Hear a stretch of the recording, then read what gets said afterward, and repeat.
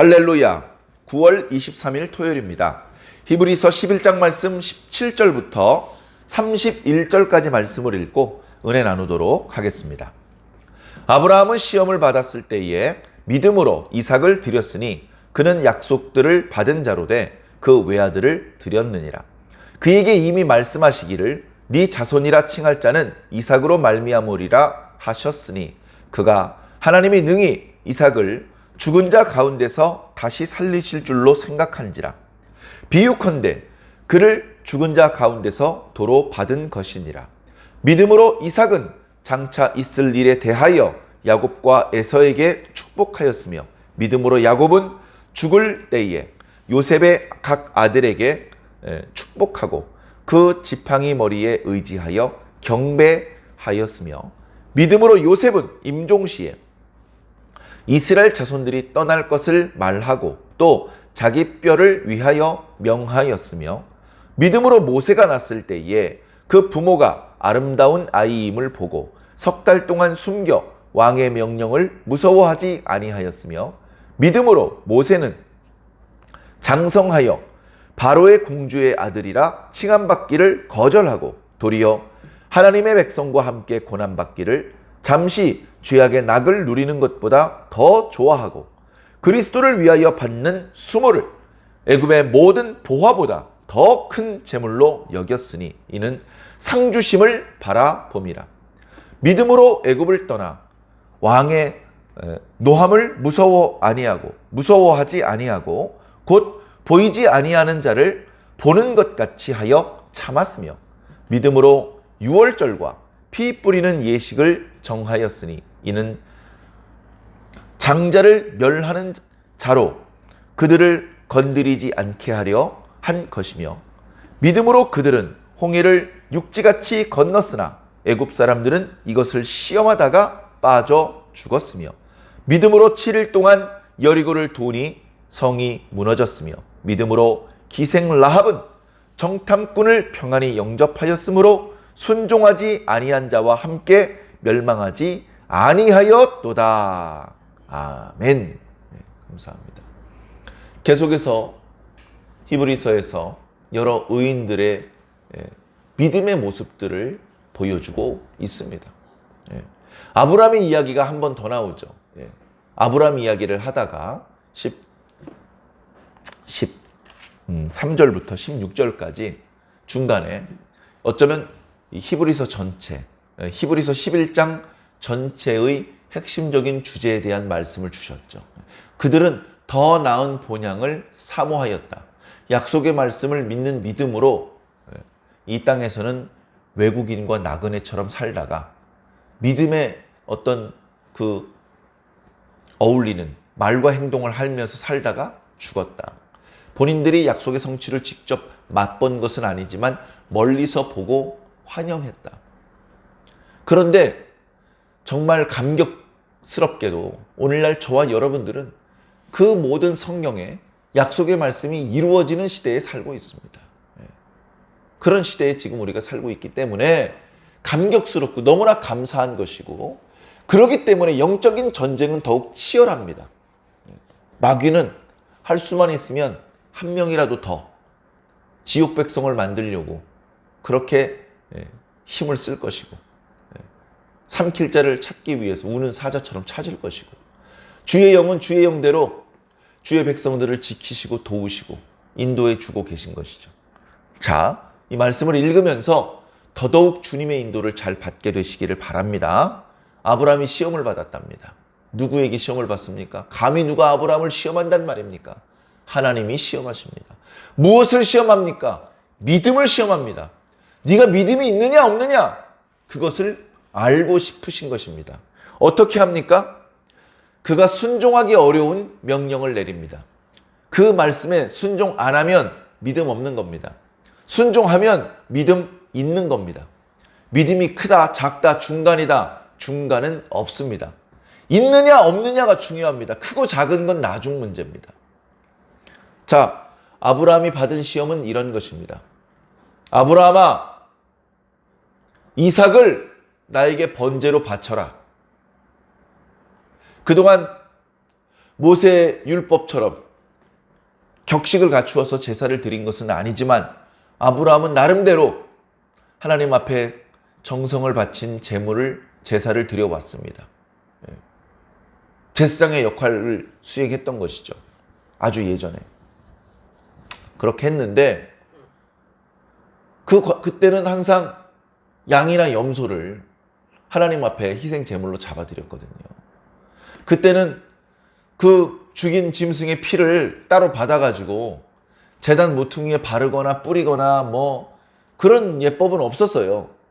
그냥 짐승을 잡아 죽이고 제단 위에 장작을 펼쳐놓고 그 위에 잡아 죽인 짐승을 올려놓고 장작에 불을 붙입니다. 그러면 그 불이 이제 맹렬히 타오르겠죠. 그러면서 거기 올려놓은 희생 제물을 불사르죠. 그 희생 제물이 연기가 되어서 하늘로 올라가는 겁니다. 그런 방법으로 제사를 드렸습니다. 하나님께서 탓하지 않았습니다. 왜 그런 방법으로 하느냐? 방법이 틀린 것이 아니냐? 하나님께서 한 번도 그런 문제로 탓한 적이 없습니다. 아브라함이 드리는 제사를 하나님께서 기쁘게 받아주셨습니다. 자, 그런데 이번에는 양이나 염소로 하지 말고 네 아들 이삭을 바치라는 겁니다. 아브라함이 고민을 많이 했습니다. 고민을 정말 많이 했습니다. 하나님, 차라리 제 목숨을 요구하시면 주저없이 하나님께 바쳤을 텐데 제 생명보다 귀중한 눈에 넣어도 아프지 않을 독자 이삭을 바치라고 하십니까? 제 아내가 90세 넘어서 어렵게 낳은 아들입니다. 또 아들을 낳을 수는 없지 않습니까? 근데 바쳤어요. 어떤 마음으로 바쳤느냐? 믿음으로 바쳤는데 어떤 믿음이냐? 외아들이야, 외아들. 둘째 아들이 있으면 첫째 아들 바쳐도 그것도 물론 슬프고 순종하기 어렵지만 둘째 아들을 통해서 하나님께서 내가 너를 통해서 큰 민족을 이루겠다라고 하는 약속의 말씀이 이루어질 수 있겠지 싶습니다만 아들이 이삭 하나예요. 하나님께서 이삭의 자손이라야 아브라함의 씨라고 인정받을 수 있을 것이다. 그런 말씀도 주셨어요. 그런데 그 이삭을 죽이다니요. 그러면 하나님께서 저에게 주셨던 약속의 말씀 통째가 흔들리는 것이지 아니겠습니까? 이 말씀이 그 뜻입니다. 아브라함은 시험을 받을 때에 믿음으로 이삭을 드렸으니 그는 약속들을 받은 자로 돼. 너를 통해서 큰 민족을 이룰 것이다 라는 약속의 말씀을 받은 자이지만 외아들을 드렸습니다. 외아들 드리면 약속의 말씀이 이루어지질 못하는데 근데도 드렸습니다. 19절에 보니까 그는 하나님께서 능히 이삭을 죽이더라도 하나님께서 그 죽은 이삭을 죽은 자들 가운데서 다시 살려주실 것이라고 믿었다. 부활을 믿었다는 겁니다. 부활. 하나님께서 죽은 자를 다시 살리실 수도 있는 분이라는 것을 믿었다는 겁니다. 구약 성경에 부활에 대한 신앙은 여기 처음 나옵니다. 아무도 믿지 못하고 상상도 해보지 못했던 것을 아브라함은 믿었다는 것입니다. 그것을 믿었기 때문에 정말로 칼을 빼들어서 이삭을 죽이려고 했습니다. 죽여도 다시 살려주실 거니까. 그래서 칼을 움켜쥐고 크게 백스윙을 했습니다. 칼을 쥔 손을 크게 뒤로 들었다가 있는 힘껏 내리 찍어서 이삭을 죽이려고 한 것이죠. 그 순간 하나님의 음성이 들렸습니다. 아브라함아, 아브라함아, 네 손을 금하여 이삭을 죽이지 마라. 내가 이제야 네가 나를 믿고 이제야 네가 나를 사랑하는 줄을 알았노라. 저기 뿌리 수풀에 걸려있는 수양이 있으니 그 수양을 제물로 바치고 아들을 죽이지 마라. 그리고서 또 축복의 말씀을 주시는 겁니다. 그때 아브라함이 하나님께 시험을 받은 것이죠. 그 일 말고도 아브라함 인생에 정말 극복하기 어려운 순간들이 많이 있었습니다. 그런데 그 어떤 순간보다 자기 아들을 자기 손으로 직접 죽여야 되는 그 순간이 가장 고통스러운 순간이고 아브라함에게는 가장 큰 시험의 순간이었던 것 같습니다. 그 순간에도 아브라함은 믿음으로 하나님께 순종했다. 이런 여러 선배 신앙인들의 모습을 보여주는 것은 우리들의 믿음이 어떠하여야 되는지 가르쳐 주시는 것이고 우리로 하여금 본받으라고 하는 것이죠. 우리도 하나님께서 우리들에게 주신 그 약속의 말씀들, 그걸 철석같이 믿어야 됩니다. 의심 없이 믿어야 됩니다. 하나님의 말씀을 의심하는 자와 믿고 순종하는 자가 갈라집니다. 의심하는 자는 축복 못 받습니다. 중간도 못해요. 저주받는 겁니다. 그런데 믿고 순종하는 자에게는 엄청난 축복을 주시는 분이신. 자, 그래서 그 믿음으로 아브라함은 이삭도 잃어버리지 않았고 하나님께 모든 믿음으로 의롭게 된 자들의 조상이 될 수 있었던 것입니다. 자, 이삭도 마찬가지입니다. 이삭의 인생에 많은 좋은 일을 했죠. 그러나 그 많은 일들을 지금 다 말하지 않고 이삭은 장차 있을 일에 대하여 야곱과 에서에게 축복하였다. 하나님께서 아브라함에게 약속하셨습니다. 그 약속은 이삭에게 계승되었습니다. 이삭은 그것을 야곱과 에서에게 계승시켜 주었습니다. 그러나 에서는 그 언약을 떠났습니다. 언약을 떠났어요. 어쩌면 에서도 언약의 말씀을 믿고 순종했더라면 그 언약의 당사자가 될 수 있었을 텐데 그는 떠났습니다. 예수 그리스도를 버리고 떠나는 자들은 에서처럼 될 것이라는 그런 메시지도 숨겨져 있는 것입니다. 자, 이삭이 그랬던 것처럼 야곱도 마찬가지로 야곱의 평생에 얼마나 많은 일이 있었습니까? 그런 이야기 하나도 없어요. 하나도 없고 야곱이 마지막 죽을 때에 요셉의 아들들을 불러서 그들에게 축복했습니다. 그들의 이름은 에브라임과 므낫세입니다. 원래 므낫세가 형인데 야곱이 축복을 할 때 손을 오른손과 왼손을 바꾸어서 그들의 머리에 올려놨어요. 오른손이 장자의 머리에 올라갈 수 있도록 그렇게 요셉이 므낫세를 왼편에다가 무릎 꿇렸는데 야곱은 오른손을 오른편에 앉아있는 에브라임의 머리에 올려놓고 왼손을 왼편에 앉아있는 므낫세에게 올려놓았습니다. 그 모습을 요셉이 보고서 아버지 왜 그러세요? 므낫세가 장자예요. 아버지 오른손을 므낫세 머리에 올려놓으셔야죠. 근데 웬일인지 야곱이 요셉의 말을 듣지 않습니다. 요셉아, 나도 안다. 나도 알아. 그래, 맞아. 걔도 큰 민족을 이룰 거야. 그런데 하나님의 축복은 이 아이에게 이어질 거야. 에브라임이 요셉에게 주셨던 축복을 계승하는 자가 된 것이죠. 자, 그런 행동을 한 이유가 무엇이냐? 믿음으로 한 것이다. 믿음으로. 어떤 믿음? 하나님께서 그 할아버지에게 주셨던 약속의 말씀이 이루어질 것을 믿고 그렇게 한 것이다. 그리고서 죽기 직전에 그 지팡이 머리를 의지해서 하나님께 경배를 드렸다. 지팡이 머리라는 말은 어떻습니까? 나그네와 외국인처럼 살고 있다는 것을 뜻하고 있습니다. 그걸 겨우 의지해서 하나님께 경배를 드리고 이제 죽음을 맞이하게 된 것이죠. 자, 요셉은 어떻습니까? 요셉도 죽을 때가 되었을 때 자기 가족들, 친족들을 다 불렀습니다.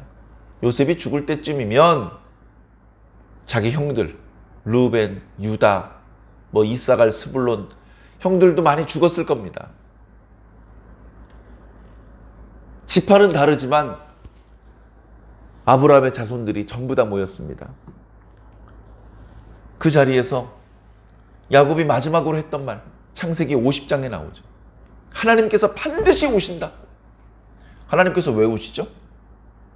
약속의 말씀을 성취시켜 주시려고. 여기 애굽 땅은 우리 민족이 깊숙하게 뿌리를 내려도 되는 땅이 아니야. 우린 이 애굽 땅에서 임시로 잠깐 여기서 사는 거야. 지금은 먹을 게 많고 편안하지만 고통스러운 날이 찾아올 수도 있어. 어쨌든 우리가 살아야 될 곳은 여기가 아니고 우리 증조 할아버지 아브라함께 하나님께서 약속하셨던 가나안 땅이야. 우리 힘으로는 거기 못 가. 하나님께서 오실 거야. 하나님께서 인도해 주실 거야. 그러면 그때 들어갈 거야. 하나님께서 반드시 오셔. 우린 그때 다 나가야 돼. 그때 부탁이 있어. 그때 내 유고를 좀 가지고 나가 죽어라. 내가 죽으면 장사 지내서 내 유고를 임시로 애굽 땅에 묻어 놓겠지만 너희들이 하나님의 인도하심을 따라서 가나안 땅으로 가게 될 때에는, 애굽 땅 밖으로 나가게 될 때에는 내 유골도 챙겨가지고 나가라. 내 유골이라도 언약의 땅에서 묻히고 싶다. 더 나은 본향을 사모하는 그런 요셉의 모습이 잘 드러나는 장면입니다. 요셉의 평생에 있었던 수많은 재미난 일화를 다 제껴놓고 마지막 죽기 전에 자신의 유고를 후손들에게 부탁하는 그런 믿음의 모습을 보여주고 있습니다. 이어지는 말씀은 이제 모세 시대죠. 시대가 훌쩍 지나갔습니다. 수백 년이 지나간 것이죠. 모세 부모 때, 그때 애굽의 왕조가 바뀌었습니다. 야곱과 그의 가족들에 대하여 고마움을 느끼는 왕조가 아니고 그들의 민족의 커져감을 불안하게 느끼면서 그들을 노예로 삼아버리는 그런 왕조로 바뀐 것입니다. 그들은 이스라엘 사람들을 노예로 삼아버렸습니다. 그렇게 했는데도 그들의 인구가 자꾸 늘어나자 위협을 느꼈고, 그들은 아이가 태어나면 남자아이는 죽이라는 말도 안 되는 명령을 내렸습니다. 명령을 어기고 아이를 계속 살려두었다가는 그 가족들이 몰살을 당할 수도 있습니다. 두려운 일이죠. 그러나 아이를 낳고 보니까 사내 아이예요. 사내 아이야. 너무나 아름다워요. 도저히 죽일 수가 없어요. 그래서 바로의 명령보다 그 아이를 살리는 결정을 합니다. 그 아이를 죽이지 않고 숨겨서 지내는, 석 달 동안 죽이지 않고 숨겨서 그 아이를 기르는 결정을 한 것이죠. 물론 더 이상 집에서 기를 수 없어서 갈대상자에 담아서 나일강에 띄워 보냅니다. 그러나 하나님의 역사하심으로 모세는 바로의 공주의 눈에 띄었고 그의 양자로 입적되어서 이집트의 왕자로 성장할 수 있었습니다. 그러나 모세는 믿음으로 바로의 공주의 아들이라는 칭함을 거절했습니다. 인간적인 관점에서 보면 어리석은 결정입니다. 세상에서 가장 출세할 수 있고 가장 승진하며 성공할 수 있는 것, 그때 당시에는 이집트의 바로가 되는 것입니다. 바로의 공주의 아들이 되면 조금 있으면 이집트의 왕이 될 수도 있는 자리입니다. 그런 자리에 있으면서 호의호식할 수 있는데, 관세를 부릴 수도 있는데, 모세의 마음속에는 하나님의 언약의 말씀이 있었어요. 나 그런 거 필요 없어. 여기 죄인들과 함께 낙을 누리는 게 무슨 소용이야. 난 하나님의 백성인데, 언약 백성인데 하면서 하나님의 백성들과 함께 고난당하는 것을 더 좋아했다.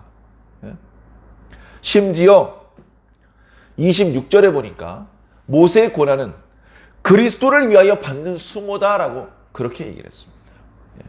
이집트의 왕자로 있을 때 수모를 당하지 않았죠. 그러나 나중에 이스라엘의 영도자가 되어서 나이가 80이 되었을 때, 그때 바로 앞에 섰을 때에는 온갖 수모를 당했습니다. 무시를 당했습니다.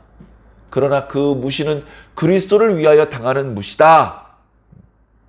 그 무시당하는 것을 애굽의 모든 보화보다 더 큰 재물로 여겼다. 왜? 하나님께서 주시는 상을 더 크게 보았기 때문이다. 애굽 왕이 나한테 줄 수 있는 보화보다 하나님께서 나에게 주시는 상급이 더 큰 거다. 난 그거 바라봐. 나 그렇게 째째하게 애굽의 보화 소망하지 않아. 하나님께서 주시는 상급을 소망해. 그렇게 말하고 있는 것이죠.